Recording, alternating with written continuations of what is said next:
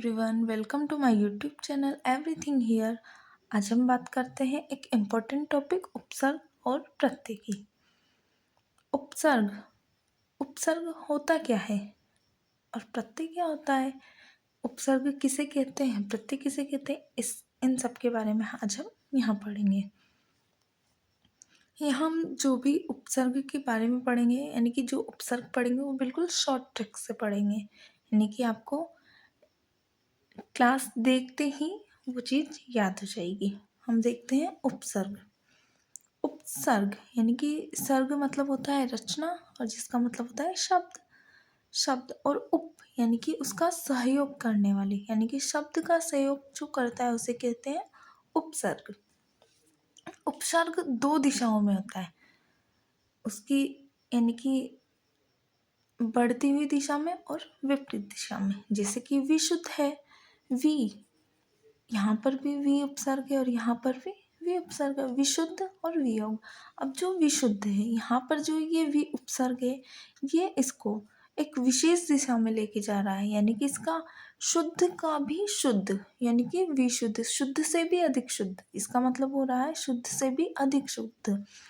और वियोग यानी कि विपरीत दिशा में लेके जा रहा है। योग, योग का जो विलोम होता है वो होता है वियोग।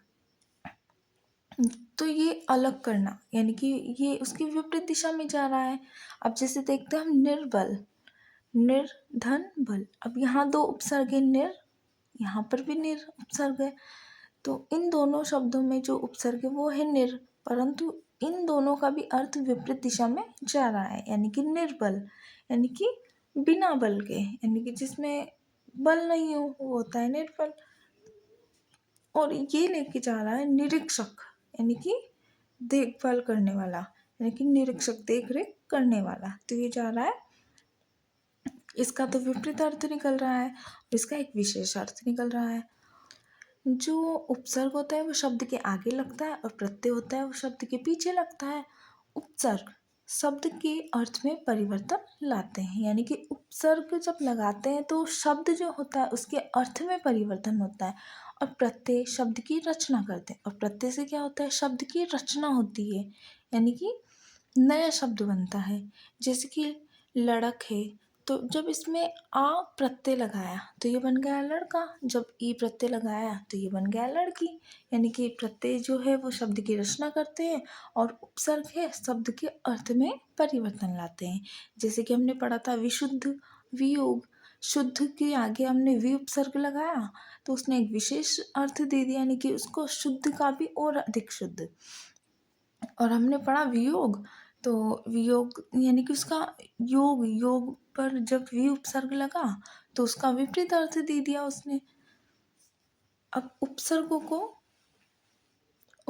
को पहचानने की तीन दृष्टियां हम देखते हैं। उपसर्ग को कैसे पहचानते हैं? पहला, शब्द का ज्ञान होना चाहिए, यानी कि हमें शब्द का ज्ञान होना चाहिए कि ये शब्द क्या है। दूसरा, संधि का ज्ञान, यानी कि क्या उसमें कोई संधि हो रही है या कौन सी संधि है उसका ज्ञान होना चाहिए। कुछ प्रत्ययों के कारण प्रथम स्वर की वृद्धि, प्रत्यय का ज्ञान, यानी कि जब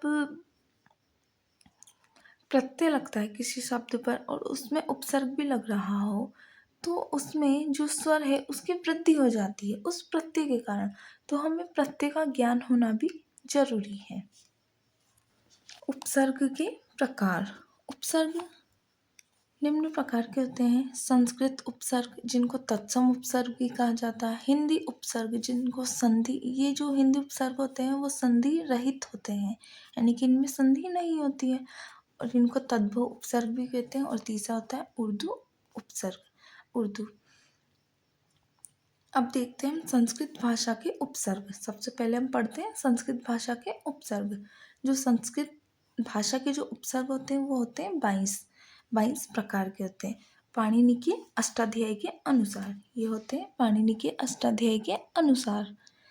हम देखते हैं कौन कौन से होते हैं। इन उपसर्गों को हमने एक कैटेगरी में डिवाइड किया गया, यानी कि इनको हमने अलग अलग डिवाइड किया गया, उसके अनुसार हम इसको पढ़ेंगे, उससे हमें इसको पढ़ने में आसानी होगी। यानी कि जो 22 हमारे पास जो ये 22 उपसर्ग है वो देखते हैं। वो अपि, अति, अधि, प्रति, परि, नि, अभि, वि, यानी कि इसमें तो ई की मात्रा वाले उपसर्ग हैं। और दूसरी कैटेगरी में लेते हैं हम उ की मात्रा वाले उपसर्ग, जैसे कि अनु है, सु है। अब तीसरी कैटेगरी में लेते हैं हम यानी कि अलंत वाले, यानी कि व्यंजन पर हलंत लग रहा है। दुस, दुर, निस, उद, सम, निर। चौथा है हमारे पास जो अन्य बचे प्र, परा, अप, अव, आ, उप। यहाँ हमारे पास जो उत होता है वो उपसर्ग नहीं होता है। उत को हम उपसर्ग नहीं कह सकते हैं। हमारा जो उपसर्ग होता है वो होता है उद। उत कोई उपसर्ग नहीं होता है। दुह और निह ये भी कोई उपसर्ग नहीं होते। हमारे पास उपसर्ग होते हैं दुर और निस, निस या फिर निर, ये होते हैं। दुह निह कोई उपसर्ग नहीं होता है। अब हम पढ़ते हैं जो ये हमने उपसर्ग पढ़े उनको जो हमने कैटेगरी में डिवाइड किया उस हिसाब से हम इसको पढ़ते हैं। ई और ऊ वाले, जिस पर ई की मात्रा लग रही है और ऊ की मात्रा लग रही है, हम उसको देखते हैं। सबसे पहले देखते हैं संयोग वाले उपसर्ग, यानी कि जिनमें संयोग हो रहा हो।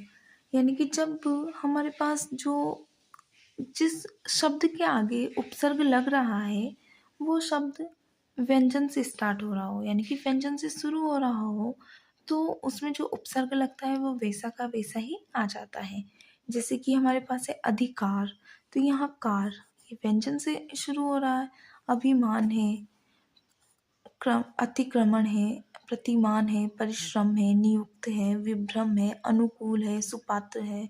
तो यहाँ पर अधि, अभि, अति, प्रति, परि, नि, वि, अनु, सु ये उपसर्ग है और ये ऐसे के ऐसे ही आ रहे हैं। जैसे कि अधिकार में अधिकार, अभिमान, यहाँ कोई संधि नहीं हो रही, यहाँ ओनली हो रहा है संयोग। अब हम संधि वाले देखते हैं। दीर्घ संधि यानी कि दीर्घ संधि यानी कि उपसर्ग जब हम अधीक्षक, अधीक्षक जो है इसमें हमारे पास जो उपसर्ग है वो अधि है और इसमें संधि से पता लग रहा है, यानी कि इसमें दीर्घ संधि है हमारे पास।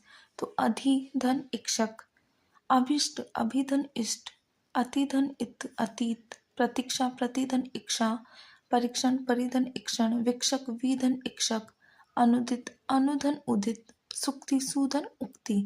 यानी कि इसमें जब शब्द के आगे उपसर्ग लग रहा है तो यहाँ दीर्घ संधि हो रही है, यानी कि दीर्घ संधि से बनने वाले शब्द है ये।